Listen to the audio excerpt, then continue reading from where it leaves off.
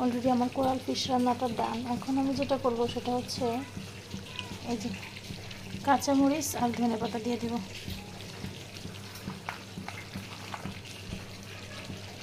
অল্প পরিমাণে দিব, কেননা আমি যেহেতু মাংসের মশলাটা ব্যবহার করেছি ওটার মধ্যে প্রচুর জাল ছিল, আর আনমোল এত জাল খেতে পারবে না, এই জন্য আমি অল্প করেই ঝাল দিলাম। আর আমি এখানে হচ্ছে জিরাটা বেজে রেখেছি, গুঁড়া করে এটা দিয়ে দিব।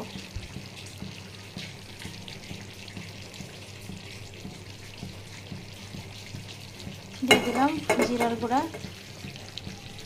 আর আমি সবসময় যেটা করি রান্নার শেষে যে কাজটা করি সেটা হচ্ছে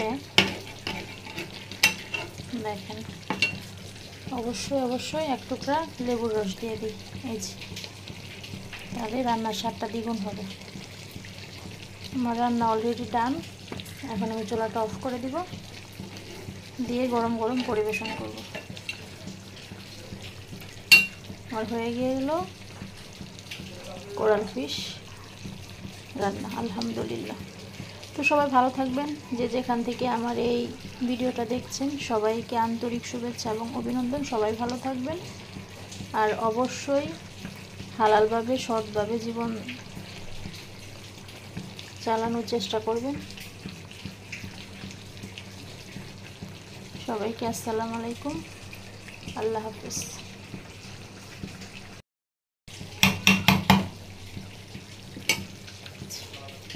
অলরেডি আমার কোরাল ফিশ রান্নাটা ডান। এখন আমি যেটা করব সেটা হচ্ছে এই যে কাঁচামরিচ আর ধনেপাতা দিয়ে দিব।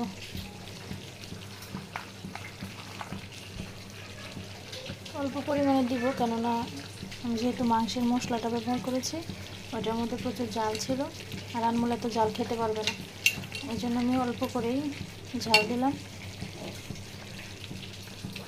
আর আমি এখানে হচ্ছে জিরাটা বেজে রেখেছি, গুঁড়া করে এটা দিয়ে দিব।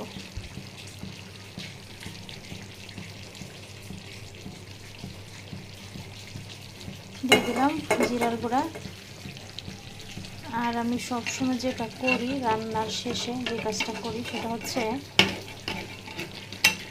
দেখেন, অবশ্যই এক টুকরা লেবুর রস দিয়ে দিই, এই যে, তাহলে রান্নার স্বাদটা দ্বিগুণ হবে।